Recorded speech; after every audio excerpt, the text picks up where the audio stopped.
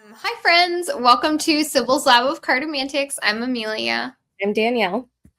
And we are here with a follow-up to our last video that we did way back at the beginning of February, which were decks that engage the elements, decks that illuminate the elements, and kind of how we conceive of using decks for working with the elements.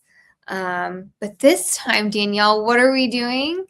This time, someone gave us the idea in comments for that video to consider identifying oracles that match the elements and fit the way that we work with the elements. So what oracles do we have in our homes or in our collections that align with the elements and sort of activate the way that we engage those elements as we described?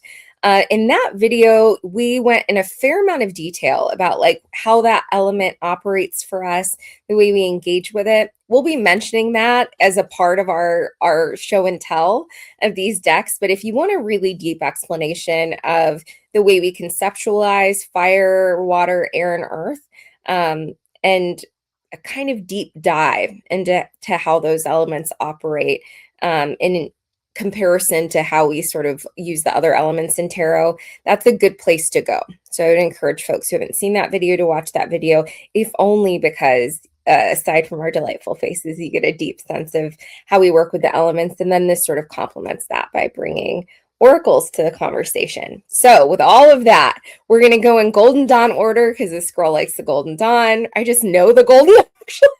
I mean, I like it. We all like it, but I use the Golden Dawn. It's what makes sense to me. It's also just an order for the elements. I don't know of another system that's so firmly commits to a certain ordering of the elements. So fire comes first in Golden Dawn. Fire. Do you remember what tarot deck you chose? And if I so, chose the Noble, the Tarot de Marseille. I chose the Tarot Avatara by Gabby Angus West. And what oracle deck did you choose? We can do a show and tell as you tell us a little bit about that. Well, okay, so I gave myself some parameters for picking because, well, I have to say I am not an oracle. My experience, the depth of and breadth of my experience with oracle is nowhere near as deep as it is with tarot. And I really struggle with working with oracle decks. So I gave myself some parameters. I couldn't just pick a cartomantic deck, even though Danielle and I do think of things like playing cards in Lenormand and stuff as oracles. I was like, no, these need to be oracle in the like, when you say an oracle deck, what a lot of people think of oracle deck, mostly for myself, because I would just always go back to my Lenormand and my playing cards and all of my good fortune telling decks that I love. So I told myself I couldn't do that. And I also have been going on a recent journey with oracle decks, which also means I've brought a few new ones in that I am like having a moment with right now. But the decks that I wanted to pick for these prompts are decks that I have experience with, that I've like had for a significant amount of time. So I didn't want it to just be like the flavor of the moment, but the ones that like, this is saying something that all of these decks are here because they've been with me for some time and I'm not an oracle person. So these are the oracle decks that I didn't buy and get rid of. So that, having said that, my pick for fire are soul cards. Soul cards 1 and 2. Although I think I prefer, I don't know, it depends on the day if I prefer 1 or 2. Right now I prefer 2. So soul cards, if you're unfamiliar, and these are super glossy. Like you can see the reflection of my computer. I'll hold them further away and kind of tilt them so you don't see the computer. Soul cards are I think she used autonomic drawing to make these. I know I've heard it described, but I don't know what that kind of drawing is. It's like touch glass or something. Touch something drawing. It's like very deeply intuitive art creation that was used to make these cards. There's no guidebook. There are no keywords. It's just drawings, and abstract drawings at that, with some element, like recognizable elements. So we've got a skeleton here. And the idea behind them is that you sit with them and you let them kind of, you and your soul speak together with the cards. For me, and I talked a little bit about my relationship to fire. Like this is my home element. This is my synapses firing, like kind of going off and really feeling like creatively enlivened. Soul cards all the way, baby. Like these are, and I know a lot of people feel these as like a very, this is an emotional sort of type like work that people do with these cards. And I definitely do emotional work, but I do emotional work that is creatively inspiring, that asks me to like draw on things beyond words, you know? I also, there's something that feels so like ancestral about soul cards. I did some work over the winter with kind of like, not even specifically me ancestral, but like primordial ancestral sort of conversations. And I used soul cards a lot for that work. And this feels like the ancestral fire. Like it feels like sitting in the cave around the fire together, telling stories of what it is to be alive. That's what these are for me. This is a great storytelling deck for investigating the stories that we tell ourselves, the stories that we believe about the world, about others. And to me, all of that sits in the world of fire. So yeah, this is my fire deck. Soul cards, and that's one, and then two kind of follows the same, or no, that's two. One follows the same suit. They just have blue backs, but they're all. You don't shuffle them together? Sometimes. Right now, I have them separated. Sometimes I do, but also when you put them, they're together, big. It's a big old honkin' deck. Like that's the two decks together. That's an encyclopedia of a deck, a mega deck. They smell really good. I like soul cards for all of my like stuff about how I'm not a big Oracle deck person, this, that, and I like soul cards. Can you say, would you read for others with those? Or does that feel like a highly personal deck? I'm just curious. I don't think I would read for others with those. This feels really personal. This feels personal. What's your fire deck? My fire deck is the Quareia Magician's deck, I think it's called. I know what you're talking about. Here's the back. There is, in fact, at this point, a tarot size edition of this deck. When I got it, it was just Oracle size available, so I cut it down to tarot size and etched it in black. And that's on there. I think the current printing is on Game Crafter. It is. That's correct. And now she has multiple editions available. So if you don't know about this deck, Quareia is like its own magical school. And this was a deck created by the woman who created and runs that school. And I think was primarily created to support the kind of magical work they do in that school. I don't know anything about that. I did not get it in association with that, which means I know it wasn't made for the way that I use it, probably. At this point, she acknowledges that there are lots of people who have the deck who are not in the school, so it's not as if I snuck in and got it when it's only for, but I know that it was made for magical workings, and I don't do those, and I don't know that school of magic, even if I did do them. But this is a very different version of fire than the fire that I was thinking about with Tarot Avatara. That deck activated like sort of passion and anger and like that fiery creativity. This deck occupies a kind of higher spiritual space to me. Like, so if we think of the tree of life, like the Ein Sof, the Ein Sof are what is above the tree before we start making life. This feels like it sits at Keter. It sits at that very first emanation because all of it is sort of spiritually imaginal. So like this is that kind of fire. This is what exists in the spiritual ether, which is very different than kind of passion and anger and creativity as I was imagining it before. But I will say about this deck, I've seen a few people talk about it trepidatiously because the creator says that this is a contacted deck, by which she means she actually contacted the spirit of destruction and made this card through the lens of that, or really was in contact with the bridge of death. So if you envision this as a contacted deck, if you work with things in those terms, that can be a lot. Like this is heavy work. So people who engage with the cards in that way, I think are hesitant about casually using it as just a plain old Oracle deck. And I understand that.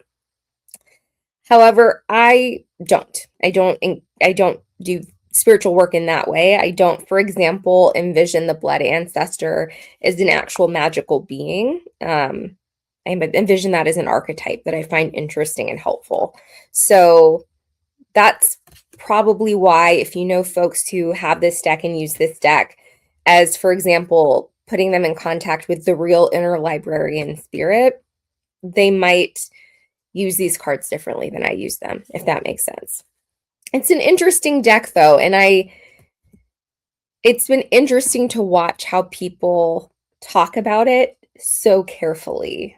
There's something I like about people taking cards seriously. So I like the novelty of people being so like, I'm careful with this powerful tool. I like the seriousness of the tool, but it is not that kind of tool to me. It doesn't feel risky. I had someone say once when I posted about this on social media, like, be careful, it's risky to work with the spirits in that way. And I was like, I feel okay. Like, yeah, but I understand it and it's gorgeous. Well, and that's an interesting choice for fire, even from that perspective, because fire is something to be careful with. Like you can get burnt. Yes. So in that way, it also feels a bit like a fiery deck. I can see that for sure. Yeah, I think maybe some of the seriousness, some of that like weight rubs off on me, even if I don't feel that same trepidation. So there's something I like about this that feels so earnest and careful that the creator says like every single, like this card is so beautiful. Every single one of these cards was made with a real spirit in mind. And engaging with this card magically really places you in contact with the Hierophant.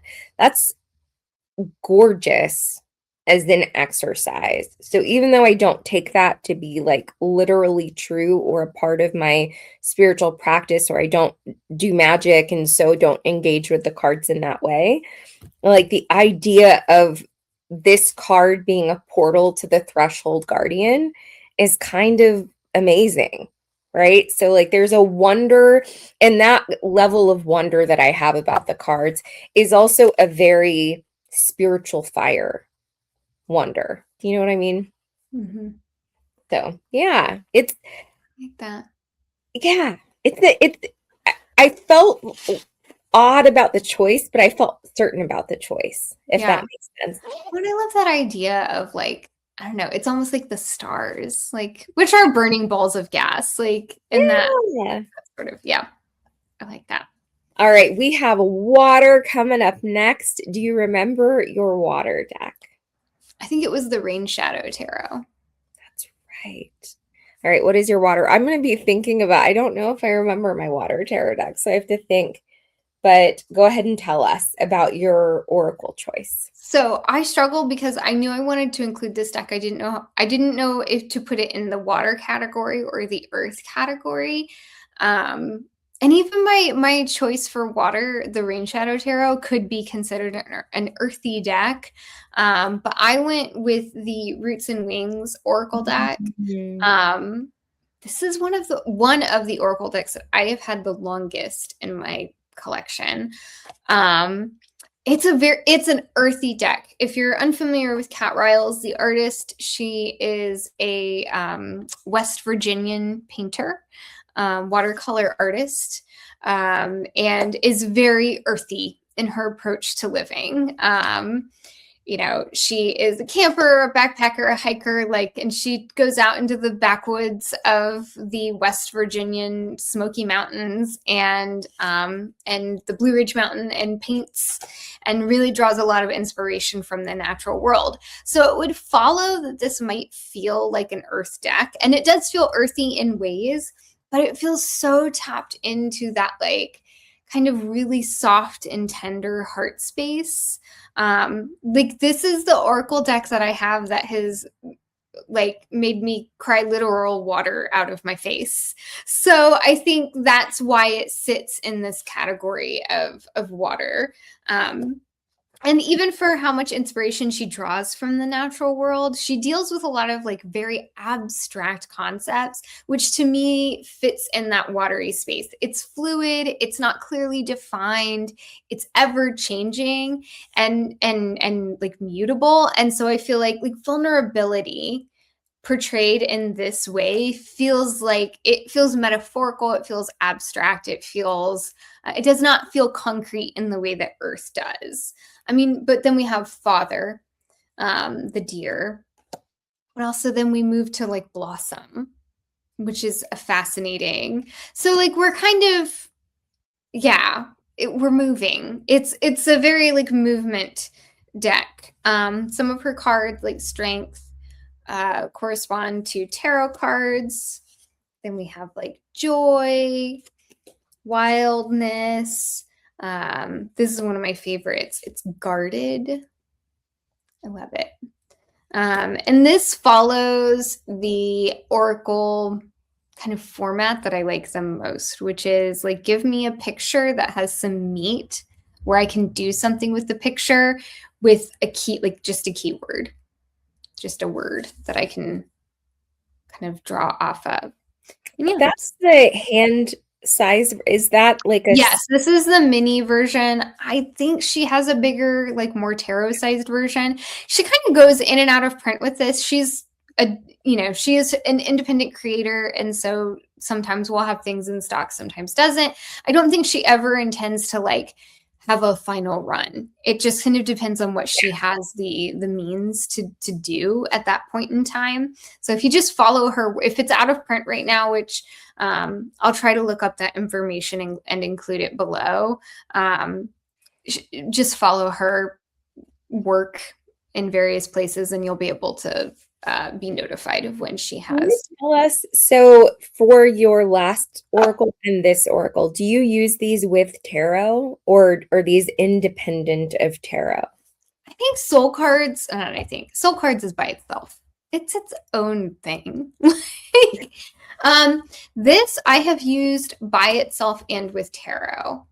It does it all. And I even have to say, before I even started on my journey of I'm going to understand Oracle cards, this was a deck that I could read on its own without tarot around and feel like I could do something with it. I think it's because the images are so evocative, but also clear. This is humility and we have sheep grazing under the sun. That gives me such a clear picture of what is going on. It feels like it is a distant cousin of Lenormand, I think, because of how clear the imagery is, and symbolic. It is symbolic imagery. We have storm with lightning. There's so much stuff that you can do with that symbol. And so I never really struggled to read with this Oracle deck because it felt kind of like it could exist in the way that I read Lenormand. This is blind, and it's got a nice balance of like challenging cards with, nice cards that feel good, home. Although that carries some weight with it, right? Yeah. But then we have bound. That's strong. Yeah, it's a good one. I really, How really. many cards is in it? Do you know? Gosh, I don't know. Let's see if it's somewhere on the little thingy that you get. I think that and soul cards you showed us is like a big old honkin' deck. Quareia, I think, is like 78 or something, 75, 78. This one, are we talking like 40 or like I've seen some oracles that are like 32 cards. So is this like more in the 45 card range? Yeah, it's Okay. in the 40s, I think. That makes a difference to me. There's something 32 feels, if it's smaller than a Lenormand deck, it doesn't feel like there's enough range, but that like in the 40s and above has range. Seems like that deck has range. Yeah. Room to breathe. I like this one. That's a good one. All right. For water, I chose the Tarot of Echoes. I remembered. So I chose the Tarot of Echoes. And for this one, I chose the Endless Oracle. This is the same creator who did Inkwitch Tarot. He recently put out an Endless Tarot. I don't have that deck yet, but this is the Endless Oracle. There are 56 cards, 53, and then I have a 3-card expansion or something like that. And the cards are, they're not called panoramic. They're called something. You're supposed to be able to like set them next to each other and they make a like continuous tableau. So there is that element. It's pretty, but I don't really use it that way. I've used it with and without tarot, so I don't feel like I need to use it with tarot. But it fits nicely with tarot. It works nicely with tarot. I chose this for water because, like the Tarot of Echoes, it feels very storied. As you can see, there are just these like really evocative scenes. It feels imaginal. It feels like storytelling. So not just archetypal in a big spiritual out there way, but like sit down at the fire and tell me a story. And here's, this is the rift. And then the troubadour finds a lighthouse. And then there's something so beautiful and sweet about that. But we still have the clashing armies. We still have these sort of dramatic things that you're talking about. Ranges, like I was saying, and like it seems like it's true for you, really important to me. I'm not often one for fantasy creatures in tarot and oracle decks. That's certainly not always true, but rarely do I find myself with those. But there are fantasy creatures here, and I think part of the reason that I enjoy them so much is because it feels like it gestures at like medieval magical landscape out there. It feels very once upon a time. There's something super theatrical about that deck. Oh, yes. And as he explained, it's endless. You're supposed to be able to lay them next to each other and it tells an endless story. He made it so that we can lay them out and like see where the character goes next and like what party they go to. And then they sit with the fire. Then they meet the dark figure and find the palace. There's something that just feels it makes me feel held. And it also makes me feel, I always defend the moon card. And it's because in part there feels like a storied imaginal magic about the moon. Like it feels like that part of our dreams that's only accessed during moon time. And dreams can be fun and beautiful and imaginative. That's what this feels like. This feels very dream landscape. And I just love the giants. It makes me feel like This feels like cycle. The Castle of Cross Destinies, the Calvino book that uses tarot to tell stories, but that's what that feels like. Feels like it fits in. Yes. the fallen hero finds the crossroad. There's something about stories. So my son right now is in this spot where he wants a tale before bed, whether it be like a folk tale or a fairy tale that we, my husband and I know off the top of our heads, or something that we make up. And this kind of feels like that, like magical, like pre-dream time moment. Yeah. It feels like there is endless possibilities. Like there are just so many stories here in such, and I edged this, it didn't come like this, but in such a kind of gorgeous and inviting way. I've done imaginative and storytelling work with this deck. I haven't done more sensitive work, but it feels like it has the range for that. And I don't think all decks that are really great and beautiful for storytelling and very imaginal all have enough room, like, or all capacious enough to do that more sensitive work. But I think this is, as I said, I haven't, but yeah, that's what I think. So that's my choice. How about air? What do you remember your air tarot deck, and what did you choose for this one? My air tarot deck was Tabula Mundi. I picked an air oracle deck that is very different. And this is kind of a different side of air for me.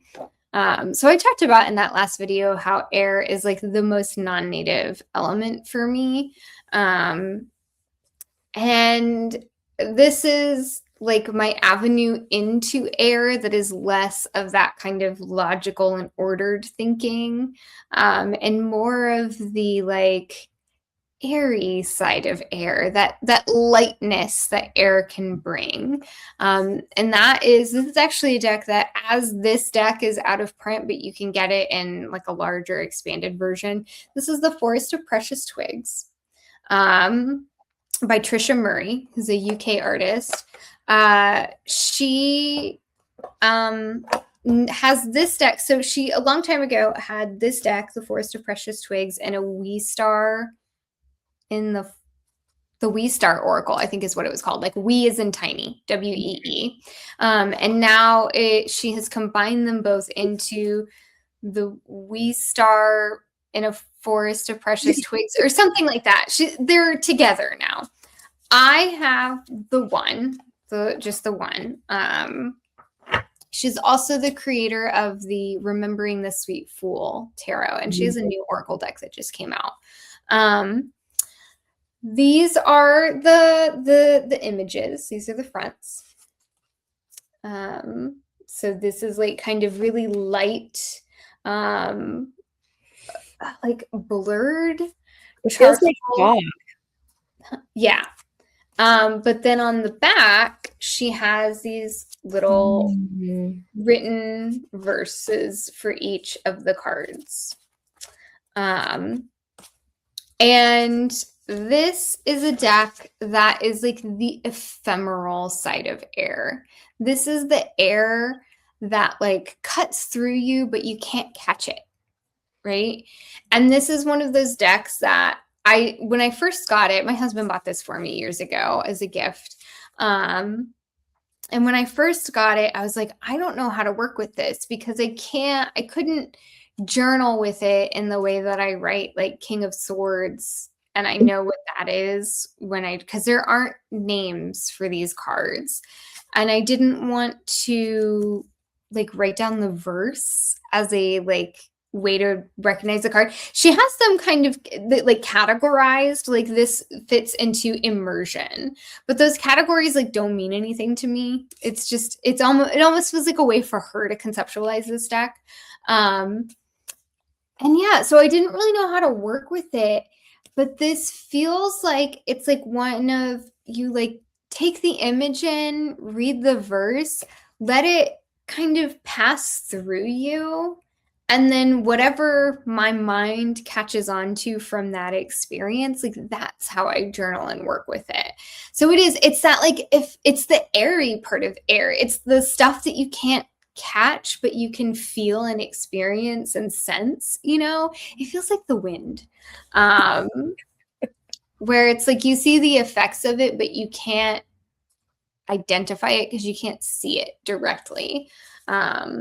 It's very ephemeral. I mean, it feels spacious when you look at the images, right? Which might help to make it an airy sort of deck. But even some of the images have a density to them that feels almost dark. But yeah, it's that.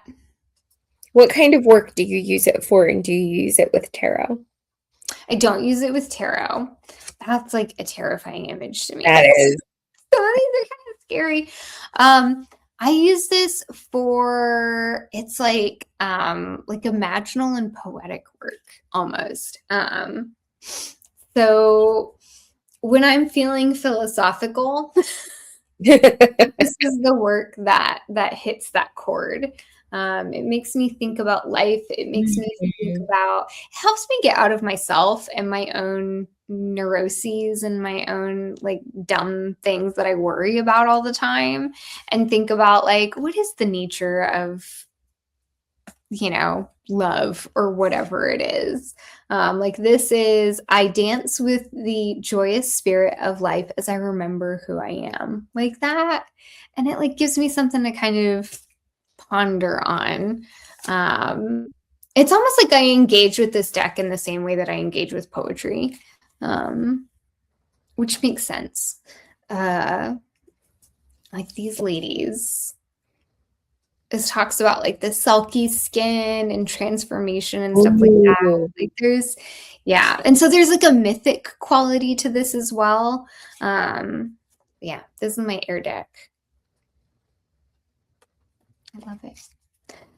Yeah, like I said, you can't get it just in this deck anymore, but it's this deck and another one that is very similar in like tone, and the way it's drawn and everything. A lot of people were already buying this deck in the WeStar and putting them together. Oh, okay. I think that's why she just kind of was like, all right, here you go. Can you read like a few sentences off the back of a card? I just am wondering, like when you say verse, is this super poetic? Is it very parable? Really, it almost feels like a fortune cookie sometimes. Okay, so this is the magical place of remembering that we exist in two worlds, the one without and the one within. Okay. It feels very zen. Yeah. Like, it's like a koan, like sitting with a zen koan, and but it's not like, it doesn't feel like an affirmation. It like, you know, it's here's the nature of living and being. Now go reflect on it. I like it. So maybe that's a type of air that feels a little bit more native than the logical sort of ordered. It sounds like, I mean, setting aside the air is intellect and argument and whatever, you're really tapping into like the literal element of air, the wispiness, the blowing away dandelion seeds, like the fog. There's something that feels really visceral about that deck, and the way you talk about it feels like the actual literal air around us. It's really beautiful. I don't know that deck. That's a really lovely, weird deck. I love a lovely, weird deck. That's weird. We like it. We do. We like weird. All right. My Oracle deck is, so my tarot deck was, what's it called? The Inner Door. It's the new Infinite Door. Infinite Door, the Pamela Love deck that's new. That was my tarot deck. And this is an Oracle deck that I've used with that deck. This is the Alcherina Oracle. I backed this on Kickstarter very many years ago, and I think they've renamed it. So aneromancy, that word at the bottom, means dream. I think they've renamed it like the aneromancy deck or whatever. There's something like that. And if you find a deck by that name, it's the same deck. It is just a renamed deck. The creators, like where some of the guidebook is written in Greek. Oh, wait, here. Like the language of dreams. And it feels very, I've used it to work with Hermes before. Okay. all of that said, so here are the backs of the cards. And I think there are like 70 cards or something like that. There are a lot of cards. Because it feels very dreamlike, it might be weird that I'm saying that this is air and not water, since in many ways, like when I talked about the Endless Oracle, I conceived of dream landscapes as deeply water. This feels like if the Queen of Swords was in my dreams. That's what this feels like. I was really thinking about like why this feels. It feels like this feels like it creates dreams.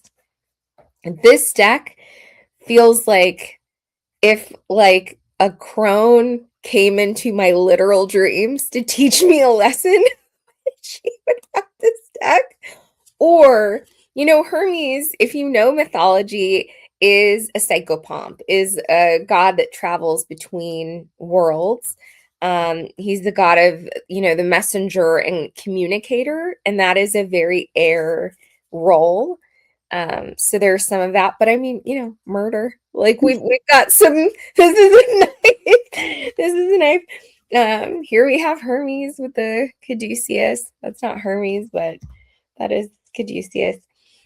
So it's an interesting, like, really feels sharp and a little relentless, but is playfully colored, so you kind of don't know what's coming. Like it tricks you.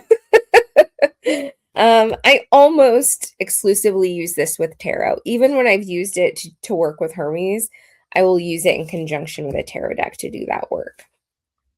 But I would agree that there's something dreamy about this deck. It just feels like the voices that are present within it are voices of the sword suit, like they're voices of air. This feels like air as message, air as communication, and this is like while the Endless Oracle creates the dream, these are the messages that come through the dreams.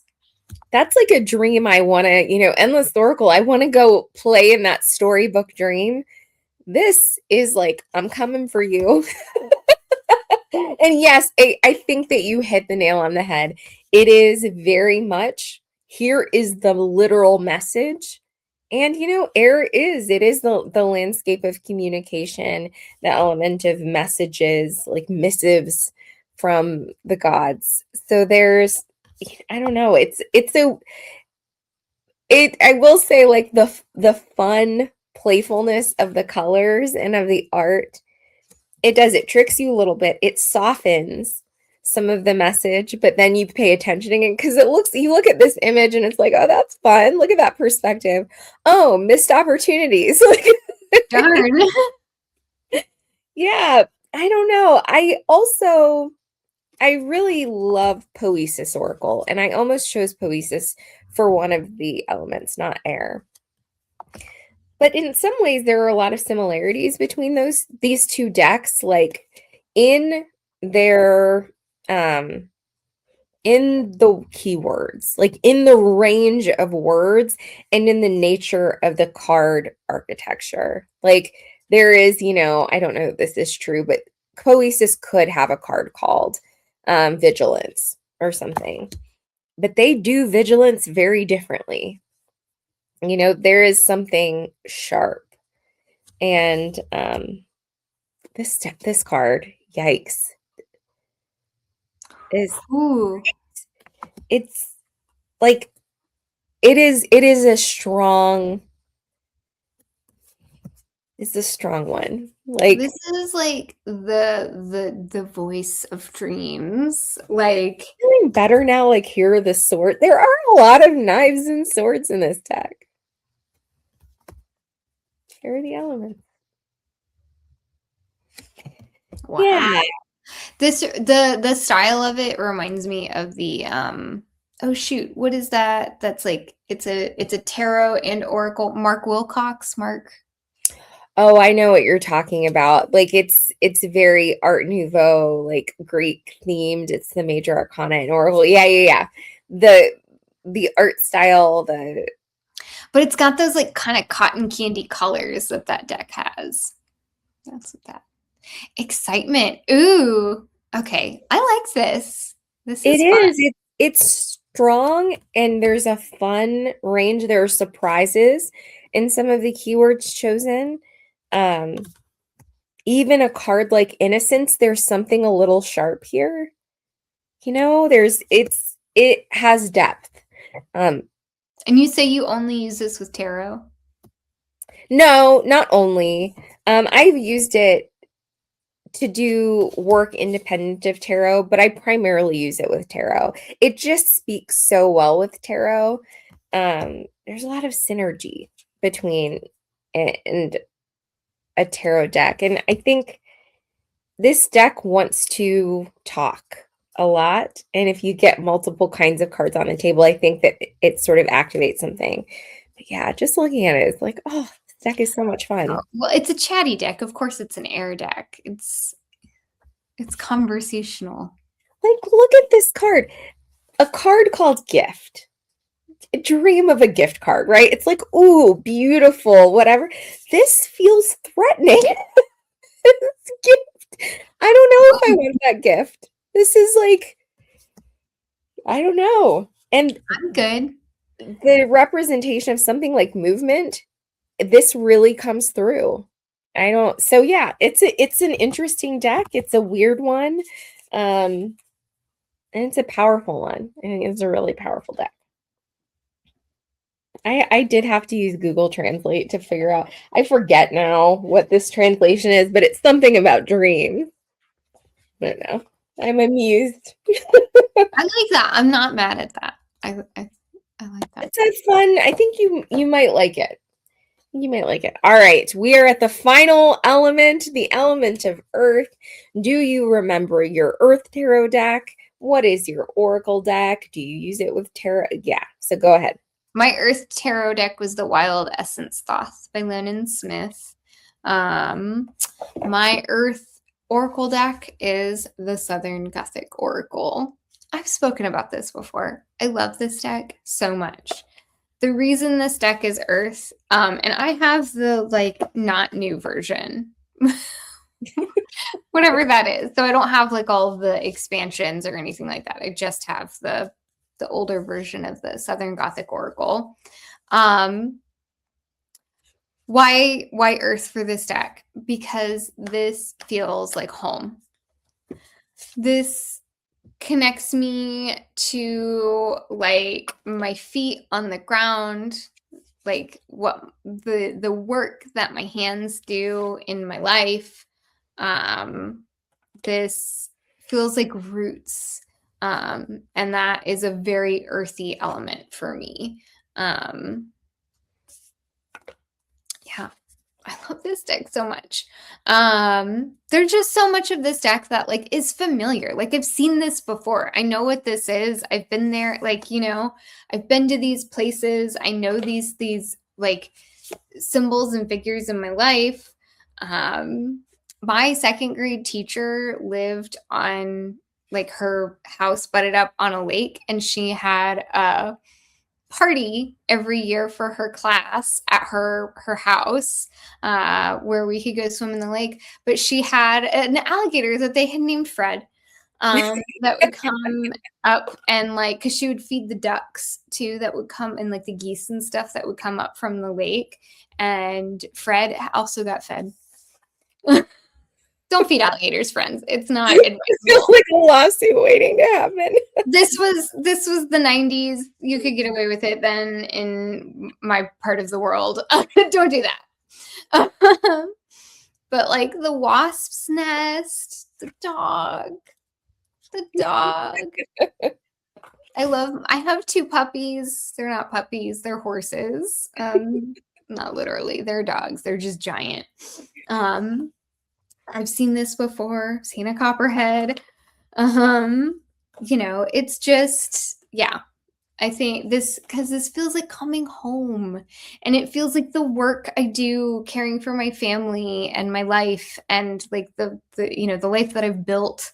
And so, yeah, that's my Earth deck.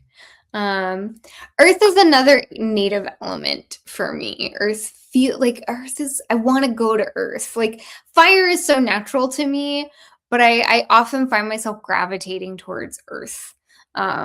It's usually my favorite tarot suit. I always look to the Queen of Pentacles to see what she looks like.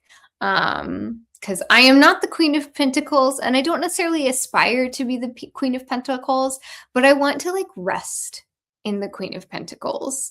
And so yeah, that's just, it's a place that I often feel like I need the medicine of earth. Maybe that's what it is. I'm too fiery, and so I feel like I need that earth medicine to bring me back down to the ground often. But yeah, this connects me to like sensorial living, like the actual feeling of living, and what the the stuff of daily life is. That's this deck. I know you like this deck too. But yeah. My tarot deck was the Hoodoo Tarot, and I always use the Hoodoo Tarot with this deck. No way! I brought another deck because I knew you were going to choose this deck. This would have been for this element? Yeah. If you didn't choose this, I was going to choose this, but I knew you would choose it. So I brought another deck because I knew you would choose it. How did you know I would choose it for Earth, though? Say again. How did you know I would choose it for Earth? Because I know that it is deeply connected to your place. Like it is deeply connected to like the stuff of your life. That's why I thought you would choose it. I brought it, I wasn't certain, but I brought it. How about this? It's the only deck I brought a backup for because I was that confident you were going to choose it for Earth. That's so funny. But yes, so this, I almost only, I've used it for other things. I used to use this to teach in classes. I would teach classes about slavery literature and slave narratives.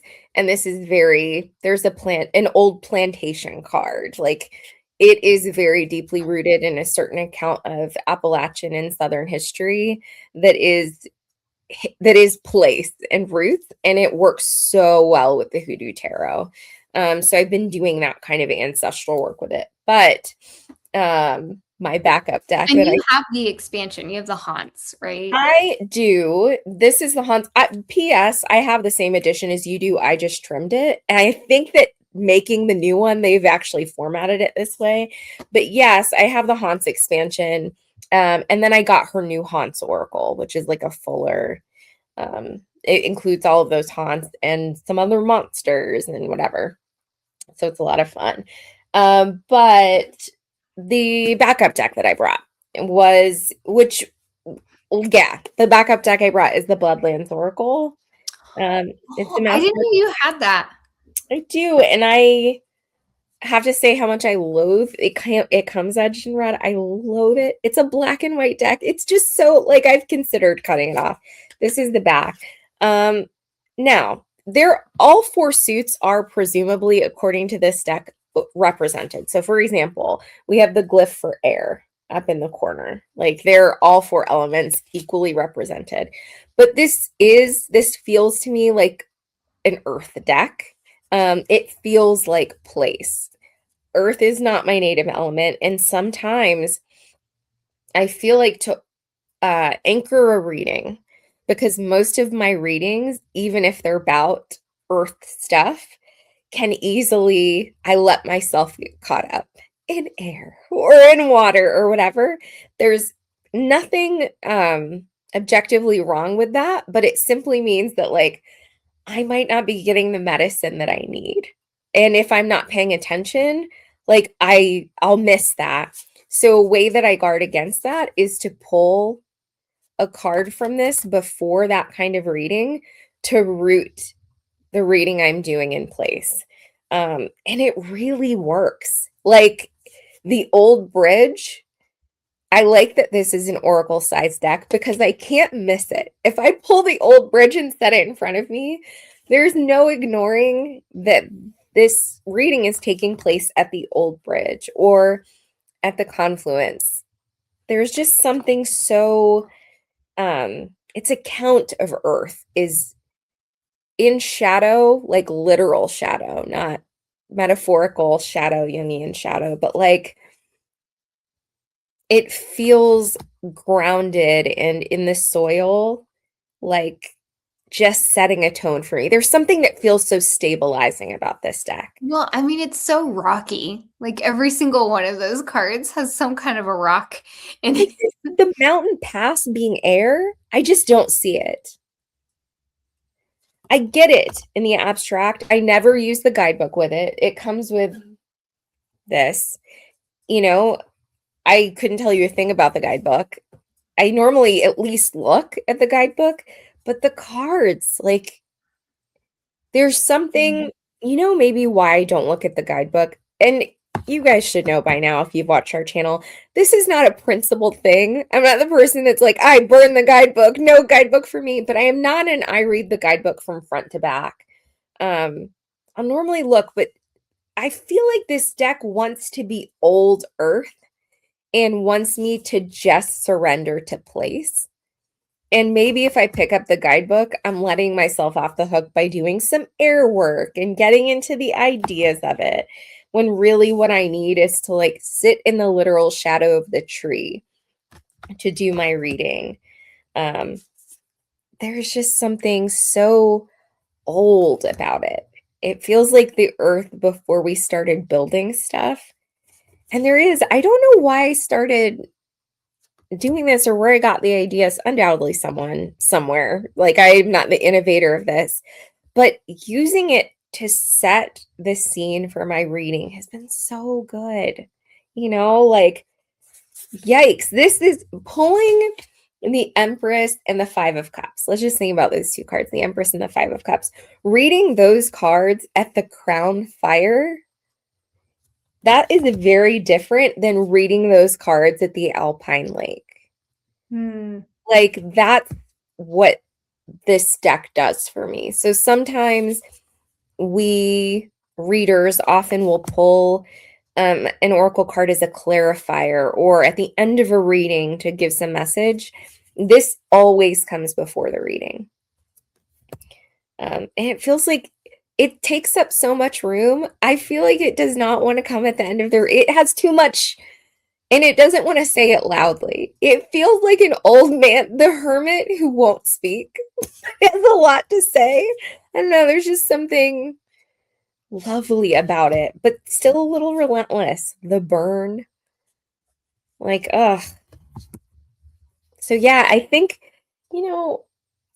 so the other three decks I chose are indie decks, not intentionally. They just happen to be the choices.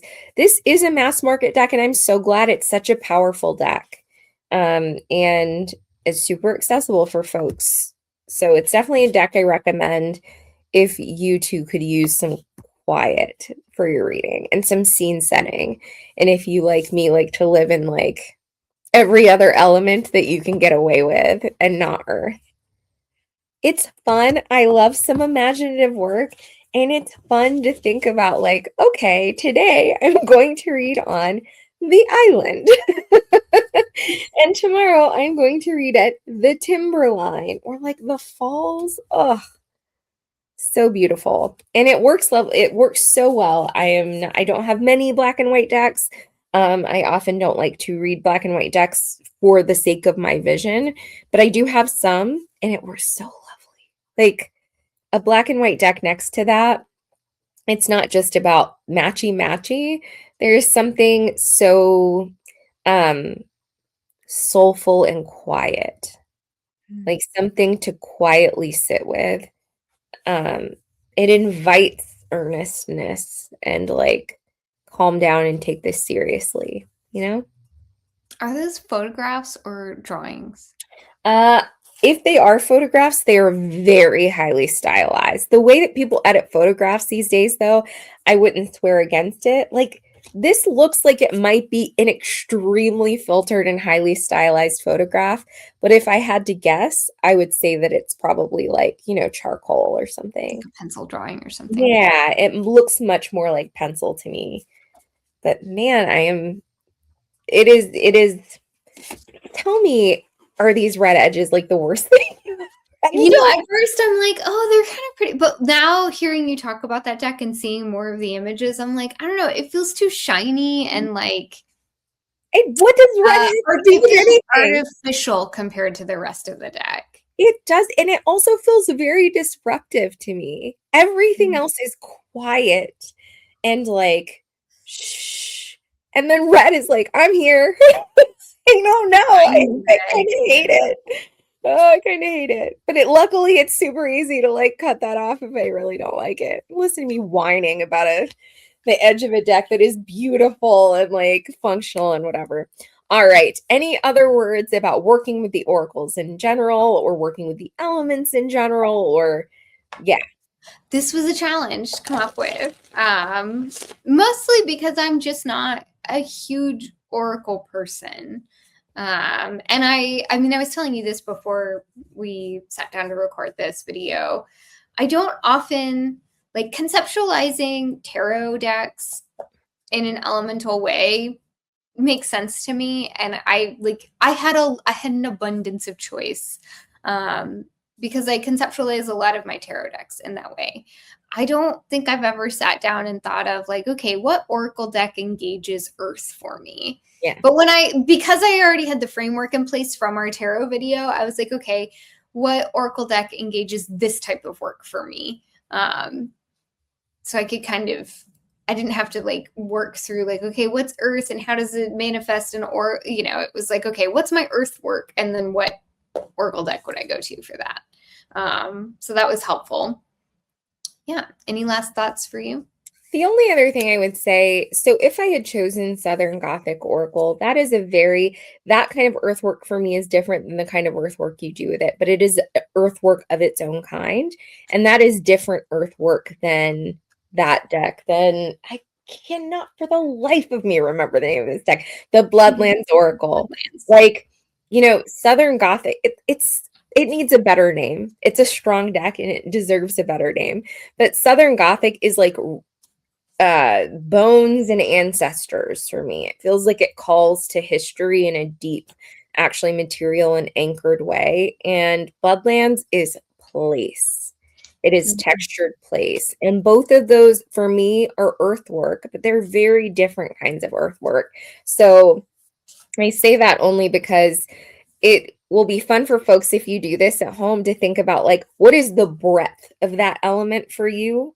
And lots of different kinds of decks will fit under that umbrella because they're doing different versions of that work. But even just conceptualizing like what would I call my earthwork has been really fun. So thanks for giving us an excuse to do this again. This other fun exercise. Yeah, well, and I discovered a side of air that doesn't make me like repel.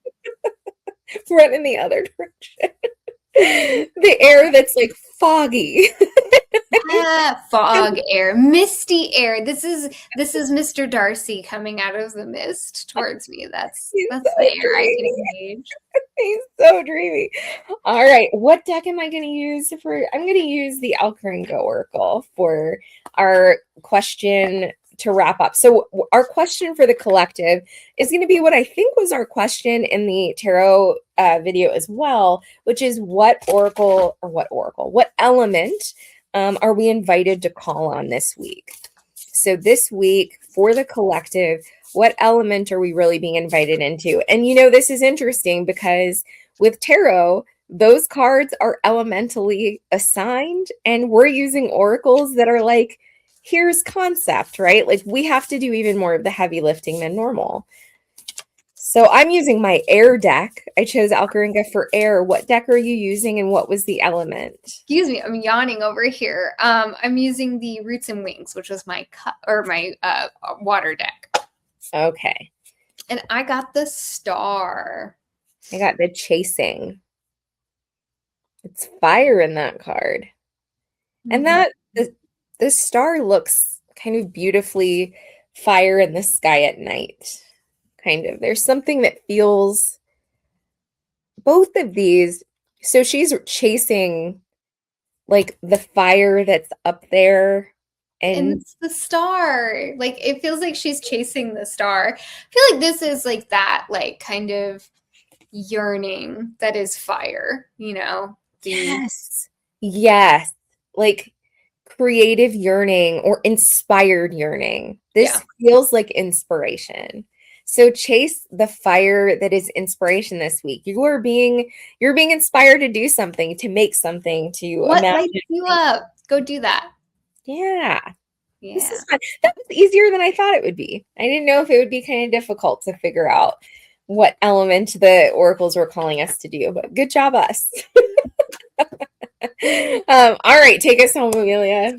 All right. Well, thank you so much for joining us today. And thank you to the person who requested that we do this video with Oracle decks. This was fun and yeah, challenging for us in various ways, but we really enjoyed it. So thank you to that person. We will include all of the stuff down below for where you can find us and where you can order. Pardon the dog shaking I love it. where you can find our shop, where you can order courses, go at your own pace courses, as well as readings and one-on-one mentorships with us. And additionally, where you can find us elsewhere on the internet for more tarot fun. Yeah, but until next time, friends, we will see you in the lab. Bye.